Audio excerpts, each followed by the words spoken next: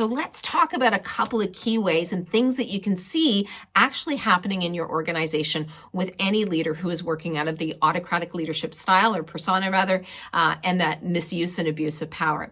So first and foremost, obviously, is just simply holding on to power, right? And they hold on to power by micromanaging, not asking for input from others, because of course they're the ones that can make the decision, that solo decision making on the distribution of responsibilities, on the promotion of employees. It's one of the main ways in which we see leaders abusing power in their organizations. And leaders who abuse power, they don't delegate authority. They don't delegate decision making throughout the ranks. And they ultimately create a bottleneck, right? Because everybody has to and everything has to flow through them. And as power and control resides at the top of the organization and little is distributed down to employees, the achievement of employee potential is stalled, right? Because employees can't develop and they can't grow. This autocratic leader creates a ceiling for both the organization and for the employees within the organization. So as long as the employees do what they were hired to do, little more is expected of them. So again, no growth and development. And no matter how much these employees have to offer to the organization or to the leader, they get stuck, right? So talented employees, we always see them leave, those that are really confident, where they want that opportunity and they're not getting it.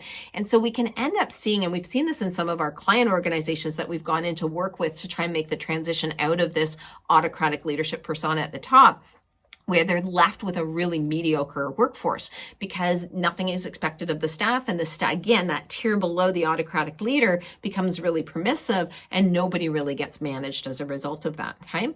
And unfortunately, again, I just want to point out that the autocratic leadership persona, as with all of these leadership dysfunctions, it creates a ceiling, right? And the organization cannot grow beyond the limitations of the leader, and that developmental gap in the leader then causes dysfunction in the organization, which again stalls out the organization even further.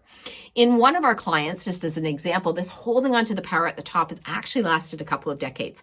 And no one was ever to criticize the CEO. No one was ever to criticize, her way of doing things, the decisions that she was making, or really imply that anything was wrong. The CEO had zero tolerance for that. And again, that's that abuse and misuse of power because they're the ones that are in control and their way is always the right way.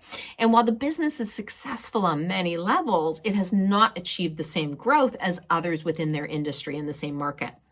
So as the CEO starts to contemplate retirement in looking really, we're in there doing the work with them to look at that tier below and say, okay, what do they need in order to get ready? Well, the gap is staggering. And in fact, the CEO is quite concerned that if she does go to retire, that nobody's there that can step up into that space.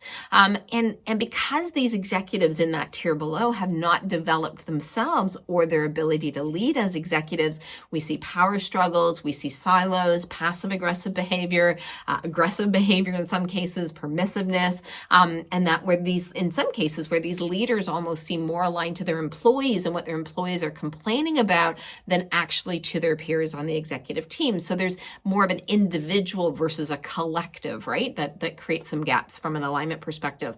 And so there's dependency, right? They have not developed up into that gap, and autocratic leaders create a really, really big gap. And it's very challenging. So we're working now with the executive team to evolve the role they play. How do they think about themselves? How they see their role as executives, the behavior that they want to be able to move towards demonstrating, and how do they step out of the status quo? How do they stop mimicking the autocratic leadership behavior that they've grown up with or worked under for the last several years? And how do they start to develop beyond to lead in a different way?